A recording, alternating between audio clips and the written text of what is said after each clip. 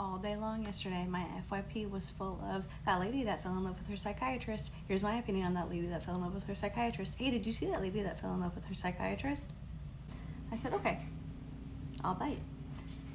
Typed my little fingers, well, more like this because I was on my phone in the search bar, and I found Kendra, who at this point has made 18 videos in this specific series, because this is something that she's made other videos like responding to comments about, but 18 parts sequentially giving her story of how I was in love with my psychiatrist and he kept me anyway. Now, Kendra basically says that she started seeking therapy because she has ADHD and she was on medication as a child. She eventually went off it, and as an adult she realized, hey, like, I'm probably going to need to be medicated. She read this book that just talked about how important medication was to those who were diagnosed with ADHD, and she was like, I'm probably going to need to get medicated. Let me go see a psychiatrist. And she proceeds to tell us all of the ways that this psychiatrist showed she was in love with her and used her for his own like narcissistic ego supply, I guess, is like what the implication is, because she tells us the story, and in it she'll give examples of things that he did, like breadcrumbs that he would leave her, according to her, of ways that he kind of like gave her a little bit of affection but without crossing any boundaries, because she says he's very smart, he's not sloppy, he did not cross boundaries one time with me, but I knew he was in love with me. I knew he liked having that attention. I knew that he was trying to like draw me back into him, and here's an example of how. And a lot of the examples were ones where I was like, okay, well, I could like maybe see how you'd be confused, or yeah, if he really said that to you, that might be a little bit inappropriate. There's at one point Kendra talks about how she is an ADHD coach, helping people with ADHD who are also curious about sobriety, and he apparently told her at one point, if you weren't my patient, I would refer some of my patients to you. And she said like that made her feel really good. And so I hear that. I think, yeah, that might be a little bit inappropriate, like a little bit of a boundary crossing, because she is not a colleague, she's a patient of yours. So like, you know, maybe that was something that wasn't great to say. But a lot of these examples that she gives aren't too egregious, right? But I'm with her, I'm hanging out with her, I'm listening, and I'm like, you know what, I'm believing you on your face. She's saying things like he groomed me, I was his victim, using some pretty intense language. And so I'm just plugging along, and like I said, for the first 12 parts of this, I was like, okay, yeah, like I'm not exactly with you.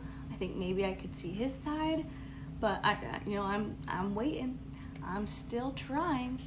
And then we got to part 12, where she essentially says that like none of this is her fault, and that she has carried the emotional responsibility of his actions for years, and so at this point she shouldn't have to do that anymore. And to me, and maybe it was that she carried the emotional responsibility of other people's actions, but either way, like the quote that she said is she carried emotional responsibility for others for years, so at this point it's not her job. And I would disagree with that. I think that like if you were seeking professional help, there should be a certain expectation of professionalism, and like you are not responsible for someone else's actions, but you're responsible for your own, and you're responsible for how you respond to things. And if he was taking advantage of you while you were in a vulnerable position, absolutely, like that is totally not okay. But she saw this man for 4 years. He was prescribing her medication that apparently was working for 4 years. So at a certain point, you got to say, hey, I don't really have an excuse. Like, and she told him that she had a crush on him. Apparently, multiple times. She said that she had a crush on him, and he never discouraged her. He never really acknowledged it. He never like said, hey, great news, love to hear it, thank you so much for the crush. Like, he basically just like, she didn't even say like what he did in response to her saying that she had a crush on him. She just said he knew.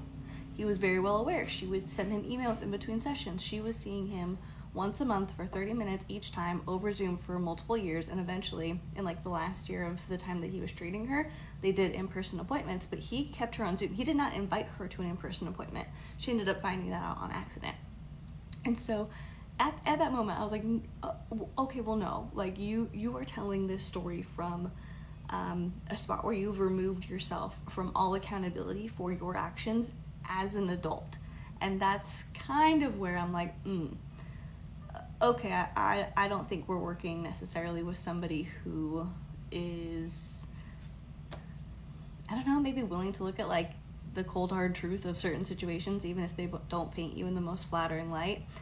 Kendra goes on to talk about how she was working with a therapist as well during this whole time. And like, it's very funny to me because she's like, the therapist loved to hear about him. She loved to hear about my psychiatrist, and she was so interested. And she had horrible, awful boundaries, and I didn't know this at the time, but she took advantage of me too.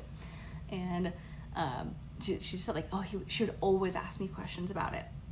And in my mind, I'm like, well, she was probably asking you questions because it was an inappropriate relationship with your therapist or with your psychiatrist. And so she's trying to like get some more information and figure out how to best help you work through those feelings and emotions. For me, like I am in therapy actively. I see a therapist every other week. And yeah, she asks a lot of questions. She's very interested in the things that I'm talking about because it's her job to be, like, because I pay her to hear about my life and give me suggestions and give me tips, and sometimes just to like hear me out and hear me vent. So I'm like, I bet she did like have a lot of questions for you about this scenario. And so like in part 12, I started being like, okay, maybe I'm not totally on board with her. And then in part 15, I was like, oh no, Kendra, I have officially like jumped ship.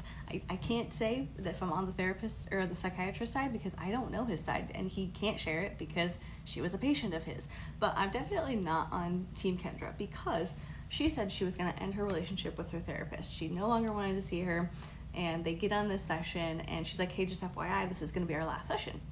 And so the therapist is like, oh, okay, great. Let's talk about a few things like your goals, how you can like stick to them, and that'll be awesome. And then Kendra says, and after this appointment, she begged me to come back to her. I left feeling so good. I was feeling so happy about it. She begged me to come back and see her. And I still have the email. And this is the email, which is very much like very casual. There's a whole paragraph up there, but the end says, please consider having an additional session where we are both aware of making it where we both are aware of making it the best closure possible. Basically, she's just saying like, hey, I didn't know it was going to be your last session. There's a couple of things that I would really like to go over with you that I typically go over with my patients when they are, coming to an end of their time with me. So please consider coming in for one last session. She begged me to come back. And then we see this, and I was like, oh no. Okay, Kendra. So yeah, she goes on and just continues to tell these innocuous stories, talking about how, again, he groomed her, how she was a victim of him, how he's like getting high off of her supply and all of these things that she gave to him. And at this point, I think that we all need to kind of be aware that like this might not be somebody who is in a super healthy mental state. She's saying that she is. She's saying she's fine. She's like, I am not crashing out. I am totally good. But I think she's being a little bit vindictive. She leaked his first name, and she could have edited that out of the video. She didn't. She chose not to. Now everybody knows this guy's name.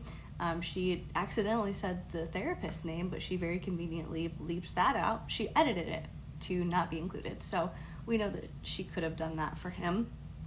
And she's on live a lot. She's like on live right now talking about the situation still. She wore turtle shell glasses in most of her videos because she's like, I know that those are his favorite, so I just want to like drive him crazy if he's still watching. And to be honest, it's very much giving like Gabby Hanna when she was having a very public, what I believe to be manic episode on TikTok. Like that is the vibe that I am getting from this. And one last thing I will say is up until now, she's posted like 4 videos on TikTok this year. She is not a regular poster. She does not post daily. It has just been a couple. And ever since posting this first story, it's just been constant, like so many stories. So yeah, it's a little bit concerning.